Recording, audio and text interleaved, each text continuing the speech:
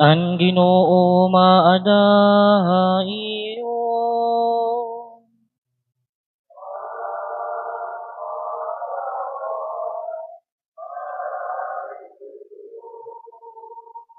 Pagbasa ti kangan Santos nga Ebanghelyo. Sumalakan San Lucas.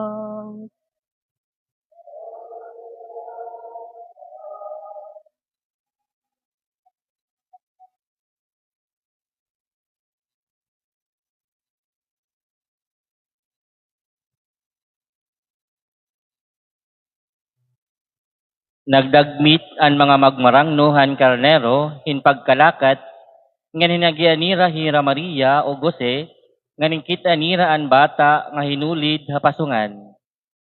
Han pakakita nira han bata, igin sumat han mga magmarangno anigin siringan anghel may tungod ha iya. Nanipausan nga tanan nga nagpakabati hini nga igin sumat ha ira han mga magmanarangno. Gintipigan ni Maria ini nga tanan nga mga butang ngan ginpamalandong niya ha iya kasing-kasing. Namalik ang mga magmarangno nga nagkakantahin mga pagdayaw sa Dios tungod han nga tanan nga irahin batian nga ningkitan. Nainabuan nga tanan sumala gud hanigin sumat sa irahan anghel.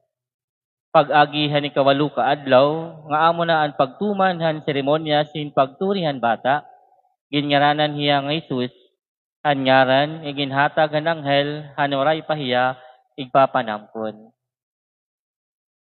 Mga kabugtuan, ang Ebanghelyo han Ginoo. Pagdayawon ka, Kristo.